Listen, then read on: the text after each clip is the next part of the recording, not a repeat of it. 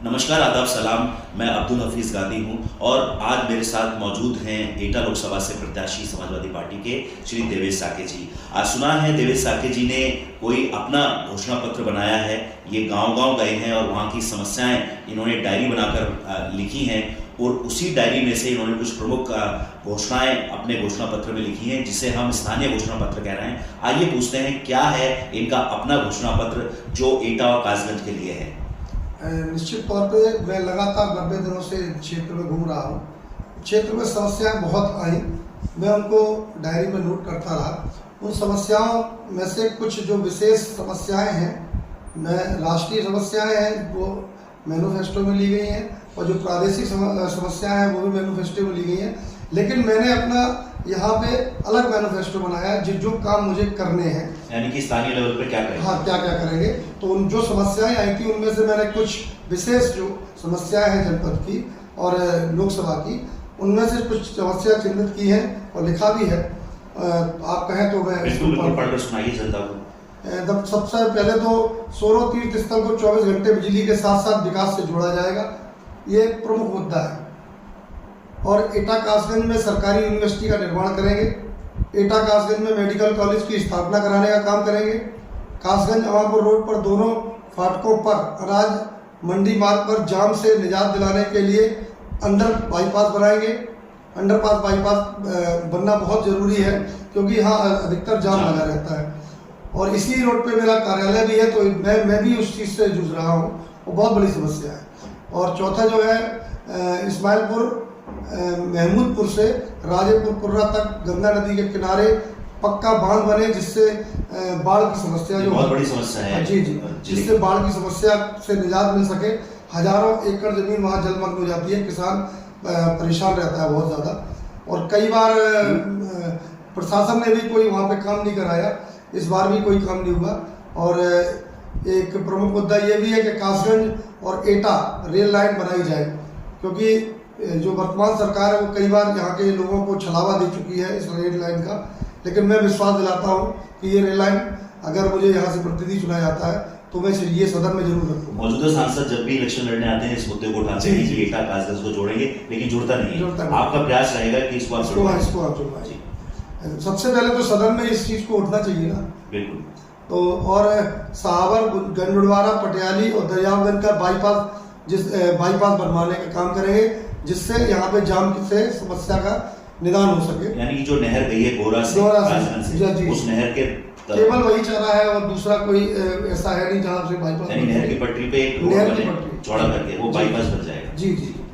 और पचलाना jail road जो है, जो 21 किलोमीटर लंबा है, गड्ढों में सड़क है, सड़क में गड्ढे, यही समझ में नहीं आता है। इसकी विशेष मरम्मत का पैकेज के लिए व्यवस्था करेंगे। बहुत बड़ा मुद्दा है, 21 किलोमीटर हर अधिकारी निकलता है लेकिन ध्यान नहीं देता। ये वो प्रमुख मुद्दे हैं जो एटा लोकसभा में जो बहुत ज्यादा प्रायोरिटी पे लेने चाहिए। हालांकि मुद्दे तो बहुत आए, बहुत समस्याएं लिखी हैं, लेकिन ये प्रमुख मुद्दे हैं जो एटा लोकसभा को मिलने चाहिए।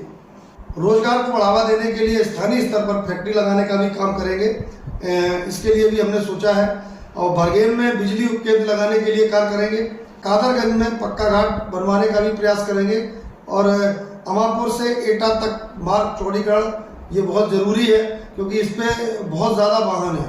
बिजली की अवैध वसूली रोकी जाएगी और दरों को भी कम करेंगे। प्रयास करेंगे कि हम सरकार से बात करें कि दरें कम हो, क्योंकि मलावन प्लांट चालू अगर हो जाएगा और वो सुचारू रूप से अगर चालू हो गया तो दरें निश्चित तौर पे कम हो जाएगी। यहाँ बिजली सुचारू रूप से 24 घंटे मिलेगी। मोहनपुरा में मटर मंडी है, उसमें जाम से निजात दिलाने के लिए वहाँ पे मंडी को थोड़ा मोहनपुर से दूर ले जाकर उसकी स्थापना करेंगे। मटर मंडी बनना बहुत ज़रूरी है जी।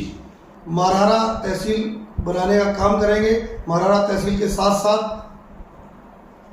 रिजौर को ब्लॉक बनाने का प्रस्ताव भी देंगे, क्योंकि रिजौर ब्लॉक और मारहारा तहसील बनना ये बहुत ज़रूरी है। यहाँ पे लंबी दूरी की ट्रेनों का ठहराव नहीं है। लंबी दूरी की ट्रेनों के ठहराव के लिए भी प्रयास करेंगे कि ज़्यादा से ज़्यादा ट्रेनें यहाँ ठहरें, जिससे दिल्ली और गंडुड़वारा या कासगंज के लोगों को सहूलियत हो सके। यानी इससे उद्योग धंधे भी बढ़ेंगे। जी, व्यापारी भी इधर उधर निश्चित तौर पे उद्योग धंधों को, व्यापारी को आसानी होगी। गंडुड़वारा में रोडवेज बस अड्डा बहुत ज़रूरी है, ये वहाँ की मांग भी है। तो रोडवेज बस अड्डा गंडोडवारा में बनाने का काम करेंगे। गंडोडवारा में लगातार घंटों तक जाम लगा रहता है, तो उस जाम से निजात दिलाने के लिए वहाँ पर फ्लाईओवर या अंडर बाईपास बनना बहुत ज़रूरी है, उसके लिए भी काम करेंगे। जो रेलवे लाइन है गणेशपुर, जी, उस पे आप फ्लाईओवर या अंडरपास, हाँ, अंडर जैसा भी बहुत जो संभव हो सके जी, बहुत जाम रहता है जी।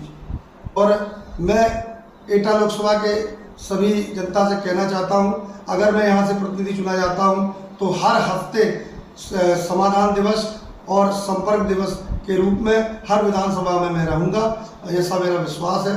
और मेरी कामना है कि एटा लोकसभा की जनता मुझे साइकिल के सामने का बटन दबाकर यहाँ से प्रतिनिधि चुनने का काम करे। तो आपने देखा कि हर नेता के राष्ट्रीय मुद्दे भी होते हैं और प्रादेशिक मुद्दे भी होते हैं, लेकिन पहली बार मैं देख रहा हूं कि किसी प्रत्याशी ने लोकल यानी स्थानीय मुद्दे चुने हैं। और ये इसलिए चुने हैं कि 90 दिन से देवेश साके जी एटा और कासगंज में जगह जगह जा रहे हैं, गांव जा रहे हैं, शहर जा रहे हैं, और वहां के लोगों ने जो समस्याएं बताई हैं आपने एक डायरी पे लिखी, और डायरी से फिर प्रमुख मुद्दे जो ये अपने 5 साल के कार्यकाल में पूरा कराने का प्रयास करेंगे वो लिखा है। और सबसे अच्छा जो मुझे आइडिया देवेश साके जी का लगा कि समाधान दिवस या संपर्क दिवस ये रखेंगे हर विधानसभा के अंदर, ताकि वहां के लोग मिल सके, क्योंकि मौजूदा सांसद तो नदारद रहे हैं 10 साल, ये आते ही नहीं है इलेक्शन जीतने के बाद। तो सबसे अच्छा आइडिया मुझे देवेश साके जी का लगा कि ये जनता से लगातार संपर्क में रहेंगे, इसके लिए समाधान दिवस रखेंगे और संपर्क दिवस रखेंगे। मैं समझता हूं कि स्थानीय मुद्दे इन्होंने उठाए हैं,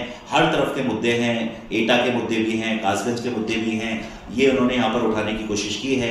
एक और जो प्रमुख मुद्दा एटा कासगंज का है, मैं आपको बता दूं कि एटा और कासगंज को लिंक मार्ग बनाकर आगरा एक्सप्रेसवे से जोड़ने का काम भी करेंगे। ये अखिलेश जी भी यहाँ पर बोल रहे हैं। ये मुद्दा भी बहुत बड़ा है। और इसके अलावा देखिए विकास का मुद्दा है, यहाँ के खस्ता हाल, सबसे ज्यादा जो खराब सड़कें हैं वो 16 ब्लॉक की हैं, जो गंगा के कटरी का इलाका पड़ता है।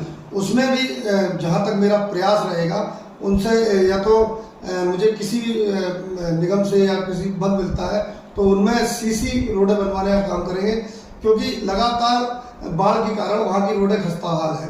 और चूंकि बरौली इलाका है तो सड़कें वहाँ चलती नहीं है, तो बहुत जी बहुत बुरा हाल है इधर। तो मैं उसके लिए भी प्रयास करूंगा, और एटा लोकसभा में जहां भी जो मार्ग खराब है उनको प्रयास करूंगा कि जोड़ूं, अच्छे मार्ग बनाऊं, और जो गांव छूट गए हैं पक्के मार्ग से उनको भी जोड़ने का काम करूंगा। तो देखा, बहुत ही अच्छे स्थानीय मुद्दे देवेश साके जी ने उठाए हैं। मैं समझता हूं कि आपको इनको एक बार मौका देना चाहिए। मैं बताता चलूं कि एटा लोकसभा में बहुत अच्छा माहौल समाजवादी पार्टी का चल रहा है, एक तरफा लहर चल रही है, झरा वोट देवेश साके जी को पड़ने वाला है। आप भी इस विकास की दौड़ में शामिल होइए और अपना मत और अपना वोट देवेश साके जी को दीजिए, ताकि आगे आप कह सकें कि देवेश साके जी जो विकास करा रहे हैं एटा कासगंज में, उसमें आपका भी योगदान है। बहुत बहुत धन्यवाद, नमस्कार।